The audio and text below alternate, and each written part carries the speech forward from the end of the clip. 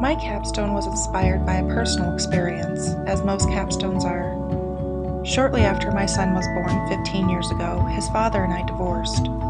After a year of adapting to the traditional every other weekend custody model, we both decided we wanted to be a true co-parenting team where we worked together to raise our son, despite being divorced. What we weren't prepared for was the reaction of the people around us. They didn't understand how to support us while we navigated various episodes of conflict, as many co-parenting teams experience while raising children. This experience brought me to pose the question, how do the informal support groups surrounding parents during conflict impact the resolution and decision-making process? With the divorce rates remaining at about 50% in the U.S., and 10% of those divorces including custody agreements, it's increasingly important to place a priority on supporting families as they renegotiate new roles and dynamics in raising children. Current literature offered has a focus on formal interventions, such as mediation and litigation, that helps parents to resolve their conflict. There is very little research, however, in addressing the surrounding support group's influence. Friends, family, and partners could have a negative impact on a situation by offering parents advice that fuels disagreement. Research offers insight into how gender, culture, and different parenting styles play a role in how conflict manifests. They also have a role in how informal supports are incorporated into the various conflict situations. Group influence is recognized as helping parents to cope, as well as the amount of maturity that is demonstrated while managing interparental struggles. In exploring my research question, I interviewed 3 mothers and 3 fathers. I worked with my supervising organization, Salt Lake County Youth Services, and approached parents that were referred by the organization's family therapists. I spoke with the parents about their conflict situations, and they shared details about the different influences that had negative and positive effects. I also helped 3 parents to create a digital story based on their experience. Digital storytelling is a short form of digital media production that allows people to share aspects of a life story. The stories are limited to 300 to 400 words and are typically between 3 to 4 minutes long, incorporating a narrative recording, music, pictures, and other media that expresses the story they want to share.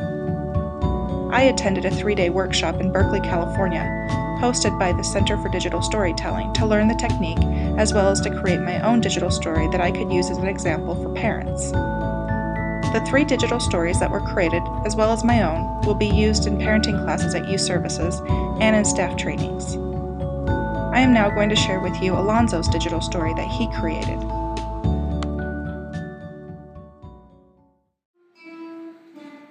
I'm at your 6th grade Christmas concert, and in this moment, along with Beethoven's help, I'm filled with joy.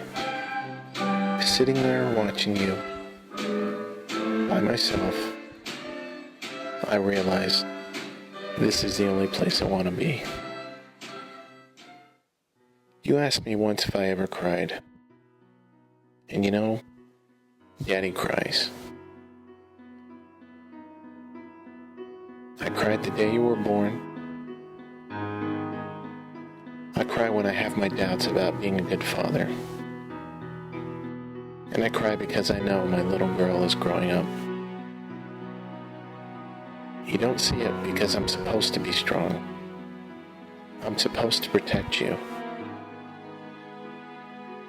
I wouldn't leave without you, no matter what I had to give up. I made sure you were safe. And I still do.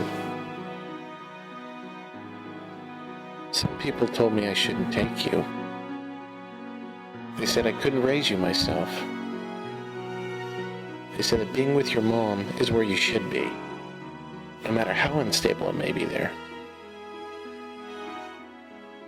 They also said I wouldn't know how to do your hair, or buy the right clothes, or even know when you needed a hug. And you know what? I believed them, but only for a second. Brooklyn, I know that sometimes I don't understand and I'm not always sure how to handle it. You talk about boys, the feelings you might have, and I may not behave exactly the way you want me to. But I do know I'll always be there for you. I want to be your hero that comes out of the sky whenever you need me. But even superheroes have flaws. I wish your mother and I could get along like we used to for the first few years of your life. We could raise you and love you together.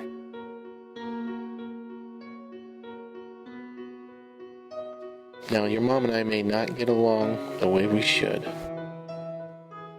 And you may have to hear a lot of stuff about who I am and how I raised you.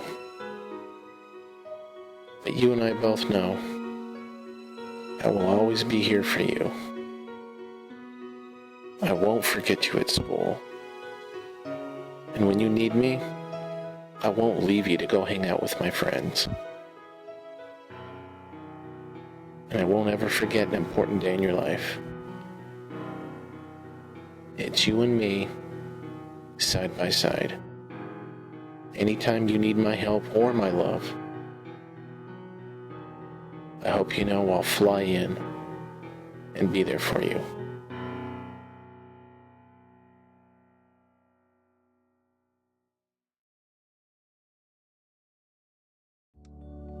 After completing the 6 interviews and 3 digital stories, I coded them to find prominent themes. One salient finding highlighted the different support groups that were available to mothers and fathers.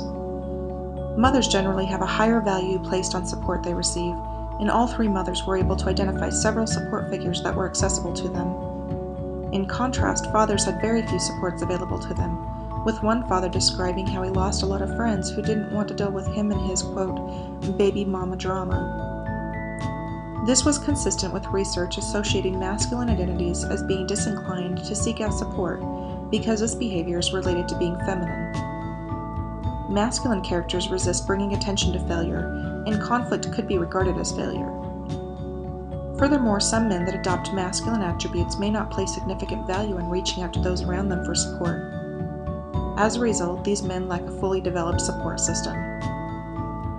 I also found that amongst all of the support groups that were identified, grandparents, or the parents' parents, had the most impact. Grandparents helped by de-escalating the perception of the conflict and also by offering unconditional support.